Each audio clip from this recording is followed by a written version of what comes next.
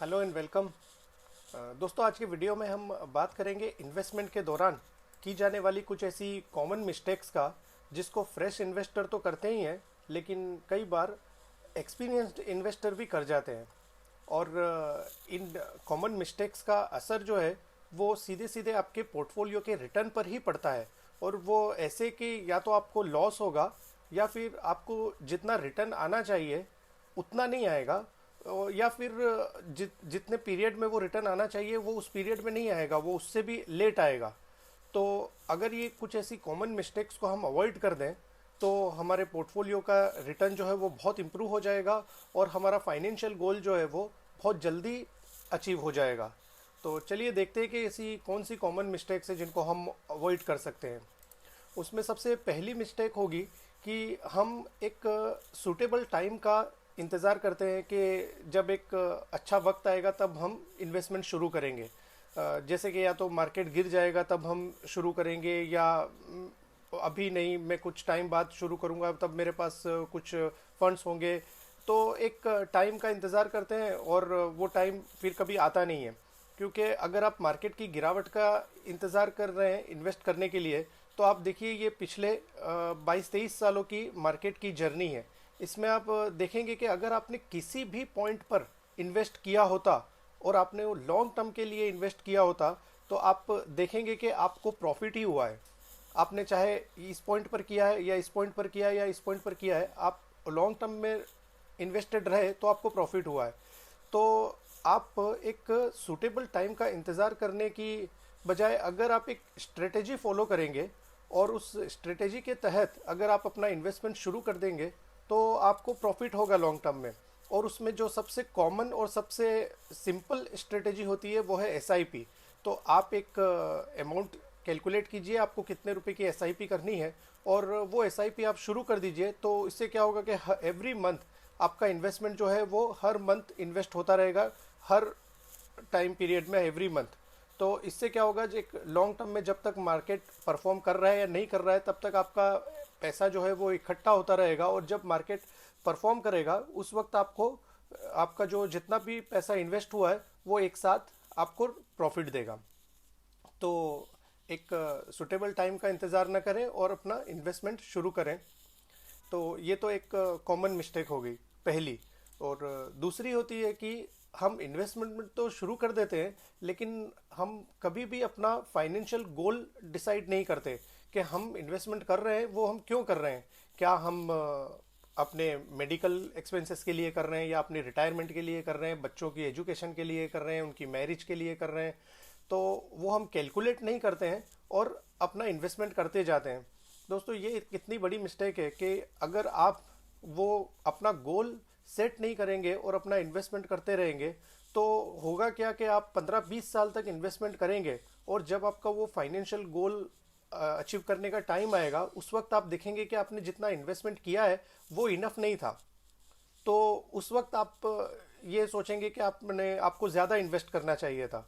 तो हमेशा अपने इन्वेस्टमेंट को आपके अपने फाइनेंशियल गोल के साथ लिंक करें कि आपको ये इन्वेस्टमेंट आप कर रहे हैं वो आप क्यों कर रहे हैं, कि आपकी रिटायरमेंट के लिए, मैरिज के लिए, किसके लिए। और उसके लिए आप एक एसआईपी का अमाउंट कैलकुलेट करें कि आपको कितने रुपए की एसआईपी करनी है, तो आपका वो गोल अचीव होगा। तो इस तरह से अपना हर इन्वेस्टमेंट को अपने फाइनेंशियल गोल के साथ लिंक करें और फिर अपना इन्वेस्टमेंट करें। तीसरी मिस्टेक है कि हम फाइनेंशियल एडवाइज़र के बगैर ही अपना इन्वेस्टमेंट शुरू कर देते हैं। तो इससे क्या होगा कि देखिए, आप कितने भी टैलेंटेड क्यों ना हो, अपनी फील्ड में आपको एक एडवाइज़र की ज़रूरत पड़ती है। और फिर ये फाइनेंस इन्वेस्टिंग जो है वो तो आपकी कई बार आपकी फील्ड भी नहीं है, तो उसमें आप बिना एडवाइज़र के कैसे इन्वेस्ट कर सकते हैं। आप देख सकते हैं कि ये देखिए, आप फोटो में धोनी धोनी इतना टैलेंटेड है, इसमें हमको कोई शक नहीं है, लेकिन फिर भी अपनी फील्ड में उसको एक एडवाइज़र की ज़रूरत पड़ती थी। और तो आप सोचिए कि जब अपनी फील्ड में उसको एक एडवाइज़र की ज़रूरत है जो उसकी फील्ड नहीं है, फाइनेंस इन्वेस्टिंग, उसमें आप बिना एडवाइज़र के वो कैसे इन्वेस्ट कर सकते हैं। तो हमेशा अपने इन्वेस्टमेंट को आपके अपने फाइनेंशियल एडवाइज़र के थ्रू करें। तो वो क्या करेगा कि आपको टाइम टाइम पर गाइड करता रहेगा कि आपको कितना इन्वेस्ट करना है, आपके गोल के लिए आपको कितने टाइम पीरियड के लिए इन्वेस्ट करना करना पड़ेगा, और आपको किस फंड में इन्वेस्ट करना है, और इस तरह की और कई सारी बातें हैं। तो हमेशा एक फाइनेंशियल एडवाइज़र के थ्रू इन्वेस्ट करें। चौथा है कि हम इक्विटी म्यूचुअल फंड में शॉर्ट टर्म के लिए इन्वेस्ट कर देते हैं। जैसे कि आप ये देखिए, ये एक पीरियड है कि अगर आपने मान लीजिए जुलाई 2018 में इन्वेस्ट किया होता, तो आप देखेंगे कि लगभग 2 साल तक आप इन्वेस्टेड रहे और आपको 0% रिटर्न आया है, क्योंकि आपको इन्वेस्ट करना था 2 साल के लिए, लेकिन आपने इन्वेस्ट किस में कर दिया, इक्विटी म्यूचुअल फंड में। तो आप 2 साल तक इन्वेस्टेड रहे लेकिन आपको रिटर्न मिला 0। तो कभी भी शॉर्ट टर्म के लिए इक्विटी म्यूचुअल फंड में इन्वेस्ट नहीं करें। अगर आपको शॉर्ट टर्म के लिए इन्वेस्ट करना है तो आप या तो अल्ट्रा शॉर्ट टर्म फंड या आर्बिट्राज फंड में इन्वेस्ट कर सकते हैं। तो उसमें देखिए कि अगर आप 2 साल तक इन्वेस्टेड रहेंगे तो आपको 13% तक रिटर्न मिल जाएगा, वो भी विदाउट एनी वॉलेटिलिटी। तो हमेशा आपको कितने टाइम के लिए इन्वेस्ट करना है उस हिसाब से अपना फंड चुनें। ऐसा नहीं कि आपको शॉर्ट टर्म के लिए इन्वेस्ट करना है और आपने इक्विटी म्यूचुअल फंड में इन्वेस्ट कर दिया। इसके बाद पांचवी मिस्टेक है कि जब मार्केट गिरता है उस वक्त हम अपनी इन्वेस्टिंग रोक देते हैं।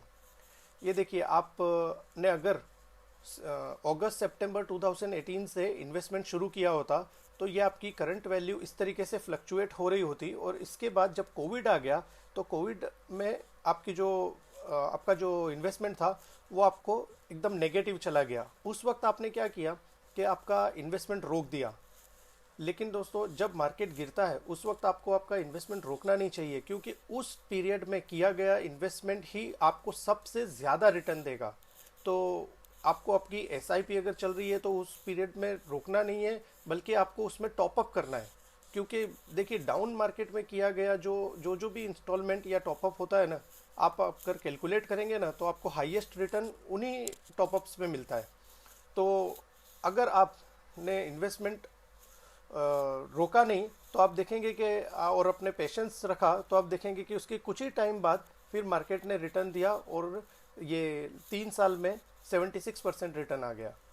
तो कभी भी जब मार्केट गिरे उस वक्त आपको अपना इन्वेस्टमेंट रोकना नहीं है, बल्कि आपको टॉपअप्स करने हैं। तो इसके बाद जो अगली है कि हम कभी भी अपने पोर्टफोलियो की रीबैलेंसिंग नहीं करते हैं।